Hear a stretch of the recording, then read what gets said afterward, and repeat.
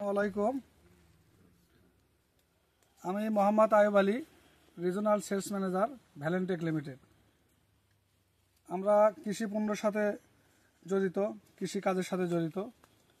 তো আমাদের কাজ শুধু ডিলারদের পর্যায়ে পণ্য দিয়ে আসা না, পাশাপাশি এই পণ্যটা কৃষক পর্যায়ে, প্রান্তিক পর্যায়ে যাচ্ছে কিনা, তারা কিভাবে ব্যবহার করতেছে, এর রেজাল্ট কি, এইটাও দেখা।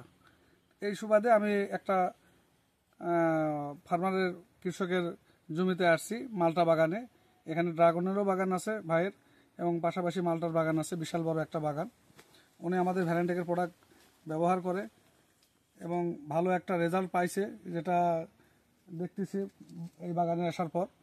তো ভাইয়ের মুখ থেকে একটু শুনবো যে ভাই যে আমাদের ভ্যালেন্টেকের প্রোডাক্ট ব্যবহার করছে, উনি কেমন কাজ পাইছে, উপকৃত কেমন হয়েছে, এটা ওনার মুখ থেকে একটু শুনবো।